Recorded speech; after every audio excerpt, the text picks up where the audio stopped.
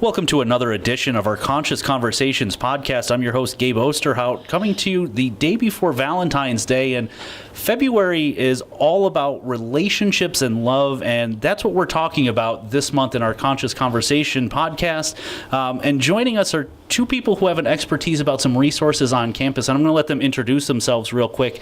But this is an important topic, especially on a college campus, because especially here at Binghamton University, we have people from so many different backgrounds and cultures and upbringings that it's important to talk about relationships and relationship violence and some expectations of a healthy relationship. So before we can go any further, I'm going to have my guests introduce themselves for us today.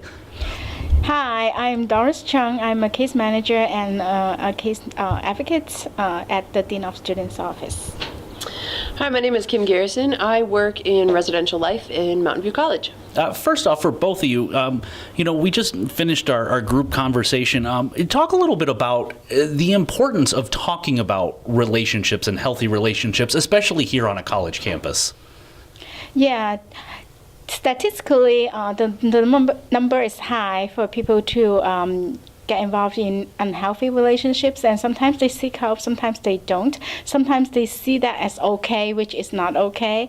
And so it is very important for us to spread the word out and let people know that what is healthy, what is unhealthy, and how can we deal with it if we see that it's unhealthy. How can we change that, or can we get some counseling, or is it really inappropriate or not unhealthy to a point that we need to seek professional help or just explore your options with officials. All can be done, but a lot of people just do not know the options here. We have a lot of resources on this campus, but a lot of times the first level of defense, let's say, when a student has an incident, is their RA. Mm-hmm. So it's important for our residents' life staff to kind of know what's going on. How important is it that we talk about these things with our RAs? It's really important. It's really important that they know what questions to ask and how to be supportive, how to support students and people when they don't necessarily want the support right this minute, but they need that support later on, both on campus and off campus. It's important for us to really have a good understanding of who is confidential and who is private, because students want support differently, and we really need to cater that response to them while still, fulfilling the obligations of our job. I think that's really important for them to also know what the resources are and who exactly in that office can be supportive to them, both in the community and here on campus. And I know that this is a very difficult topic for people to talk about. There's a lot of stigma around, relationships and relationship violence. And, sometimes in the matter of heart, people tend to make excuses for others. But it's important to know that everybody is valuable and you shouldn't have to be treated that way. And, one of the first things people think of with relationship violence is, my partner hit me. And while physical violence is a big part of it, there's actually a much deeper, and it seems like a more widespread problem, and that's the emotional abuse. Can you talk about how damaging, you can see a black eye, you can see bruises, you can see bumps, but that emotional you can't always see. Can you talk about how important it is to, when there is emotional abuse, to tell someone about it? Sure. Sometimes it's so subtle that you don't even pay attention to. It can be like they always say that, that is because I'm smarter than you are so silly, you are so stupid, and that's why you don't figure it out. They said it in a jokingly way, but that is not okay. And they may tell you to watch your weight while you are picking your food, and small things like that. And I've seen cases where the student was abused for a long period of time, or maybe over a year, or whatever, and then they come in, and that is really damaging for them, especially for their self-esteem. They'll feel like, I'm not good enough, because a lot of times in those unhealthy relationships, the perpetrator is trying to put you down to a point that they say, I'm so good that I still want you, no matter who you are. You are like this, but I still want you. And those are really subtle, but we see that. And except for emotional, there are also financial. There are still other things that we don't pay as much attention to. So yeah, we should see the signs. And a be lot more of times, sensitive. and one of the things, 20 to 1 is teaming up with the One Love Foundation this week for our pop-up Valentine's store. And one of the things that's in there is a teddy bear that will insult you and then apologize. And a lot of times people think, well, I apologize, that's not me. I didn't really mean it, so it's okay. It's just a heat of the moment thing. But in the grand scheme of things, that's not okay. Any time that you throw out insults, whether you mean them or not, that's all part of the relationship abuse. Would you agree? Yeah, sure. No matter if you it's intentional or not, it is very important for us to address it. And there are many ways to address it, but we need to address it. And a lot of times people just do not pay attention to those things, and so also there is always a cycle. So people may not see it. They will think that, oh, it is okay. See, they make it up for me, and they're treating me so well. But there is always a cycle where they have this honeymoon phase where they, value each other for that short period of time, and then go back in to the tension, the build-up, and then the incident, and then going back to that whole cycle. And the other thing is, a lot of times it's really about the perpetrator's mindset. So if they really see the other partner as inferior, as their subordinate, or they have power over the other person, they will always see it that way. No matter what they do to make it up for you, they will still do it. And one of the other things that we touched on in our conversation is how cultural backgrounds have an effect on this. And, Doris, you deal with a lot of students, and we have a huge international culture here. How much of that background is a barrier sometimes for some of the cases that you've seen? It can be a huge barrier. So first of all, there is the language barrier. They may be good at talking about their academics, talking about different things with their friends, casual things, but not really about emotional things. They were not trained to talk about that. And think about in our English language, like how many words do you go through, like when you are at school, to talk about emotions, and this means that, and seldom. And so it is very hard for them and to talk about their emotions, or talk about deeper subjects in their own in a different language, not their own language. But we do have MRC, they have a TIP program. They have interpreters who can come in when students are meeting with a case manager or meeting with a counselor if needed. They can provide the interpreter as well, and that will be really helpful. And the other thing is how the cultures see things, because they may not even consider certain things as abusive. They may feel like those are normal things. I see my parents interact with each other that way, which is considered totally normal in their culture. But when you come to the U.S., I'm surprised that the RA or the RD or whoever walk by actually call the police on us. And yes, we do, just because here, no matter how small the incident seems in another culture, if we see that it's like have the red flag is being loud, or physically one is harming the other, no matter how small you think it is, that will still be a thing in the U.S. And I also want to point out to international students that a lot of them may have the misconception thinking that if they get the law enforcement involved in anything, or if they so-called get in trouble for anything, they may be sent back to their home country. And yes or no, depending on what you did, right? So if you are the victim, you're totally entitled to their services, and they would not send you back to your own country because of that. No way. One of the other things we brought up is, this is a learned behavior sometimes from, and you touched on it, Doris, a little bit about, people learn what they see at home. And, there's a lot of people who their parents may tell them, don't act like this, and yet they turn around and they act like that. How difficult is it to break down, what people have grown up maybe seeing their entire lives, their parents act, and now they think that that's okay? So let's put it this way. Let's see, some cultures, they are allowed to, it's culturally acceptable for them to eat certain food, right? And it's not culturally acceptable for different culture to eat that kind of food. But when they're growing up with it, they are not even thinking about it. They just eat it, and it is okay. So, it's quite similar for their behaviors as well, I would say.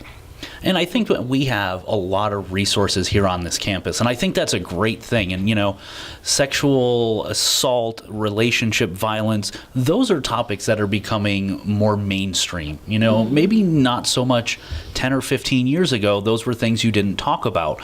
How encouraging is it that in today's society that these are not taboo topics, that people are encouraged to stand up and tell their story, to talk about these things with the end goal of ending all this together? I know, it's maybe a unrealistic idea that this is all going to go away, but the idea that we're starting to talk about this more, how important is that?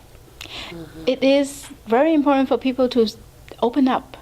The first step is to open up to their friends, and it's very important for their friends to have certain degree of education about it, so they won't brush it off or thinking that, oh, that is silly. You shouldn't think that way. That is sweet when they want to know where you are every single moment of your life. No, that is not okay. And yet, if their friends are not educated about that, it will be really hard for them to open up. But nowadays, people talk about it here and there, and so there are a lot of educations going on everywhere. I think that is a really, really good thing. And I think one of the other things that we brought up that I found very interesting is, we don't only learn from our parents, but we learn from pop culture. And how many times, and I think, Doris, you brought up this example that you're watching a movie, there's a couple, she breaks up with him, he then shows up with flowers and a song for her, and, it looks like all this cheesy stuff, and then she falls back in love with him, and everyone's like, oh, that's the way I'm supposed to do it. But really, that's sending a terrible message. Yeah. We see in some of the cases where the perpetrator, no matter if it's a guy or like male or female, they may think that, oh, I'm being persistent because I love the other person. But no, what the other person is saying is like, I'm being stalked, I'm being harassed, help. When you train your RAs, and you go through this training, and somebody comes to them and they say, I am a victim here of whatever's going on. What is some of the training that our RAs get here on this campus when somebody approaches them with a situation? Yes, and I think this ties really well into parts of the conversation, is that we talked about believing the person that's sharing the story with us or sharing their narrative with us, and how important that is. And that's really one of the first pieces. Second, we really offer them resources. So we're here to be a listening ear and believe their story, and then we provide some resources. Also with the understanding that students may not want resources immediately. Sometimes they need to take some time to work through bits and pieces of it on their own before they're able or willing to talk to resources. Sometimes we find that students really have comfort in the ability to talk to somebody who is a confidential resource versus a private resource, somebody off campus versus somebody on campus. So it really is about giving them all of the options and letting them choose which one might work best for them. And if they want to talk to somebody, because it might not be right now, it may be in a couple of days or a couple of weeks or a couple months, it might be on down the line that they're interested in that. So I think those are a couple of the things that really tie well into our training. Also finding a space where the folks can talk in a more private environment that isn't out in the middle of the hallway.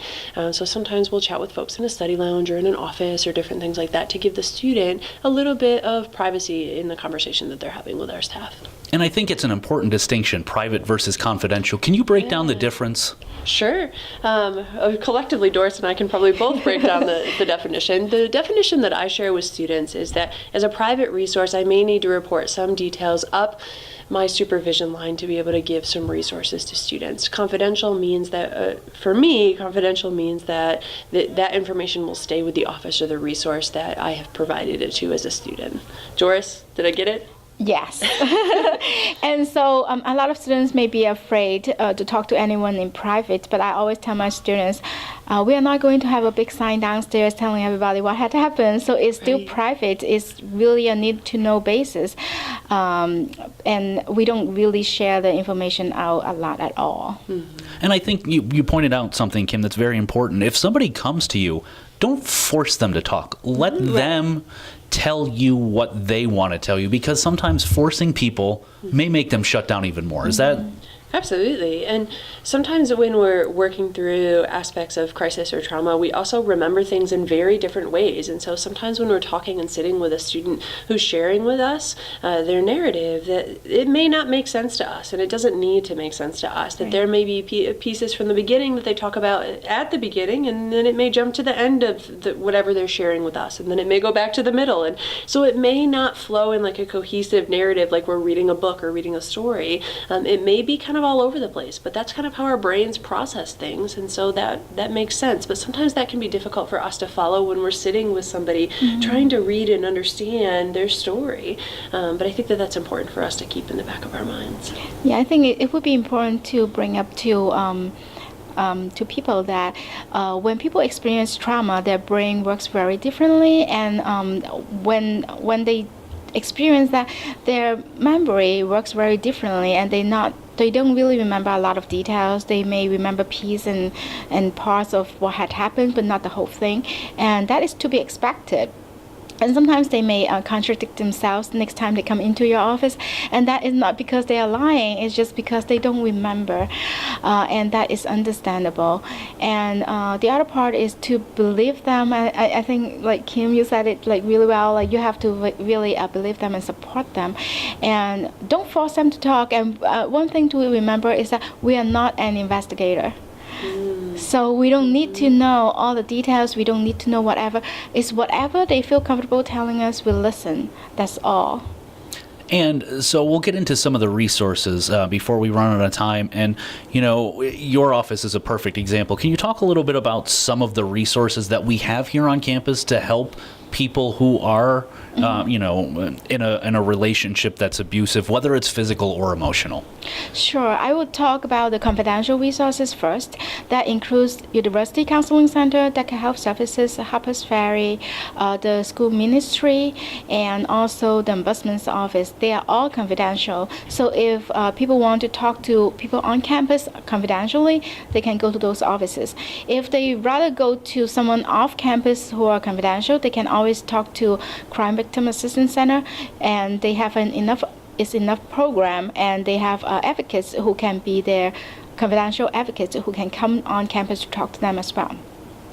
And for all other offices, including residential life, including Dean of Students, we are all private resources. All of us are. So they can choose to talk to different offices, but they can talk to of course, if they are on-campus students, they can talk to Westlife about it. They can come and meet with a case manager at the care team.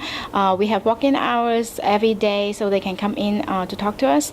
And they can go to talk to Andrew Baker, who is the Title IX coordinator.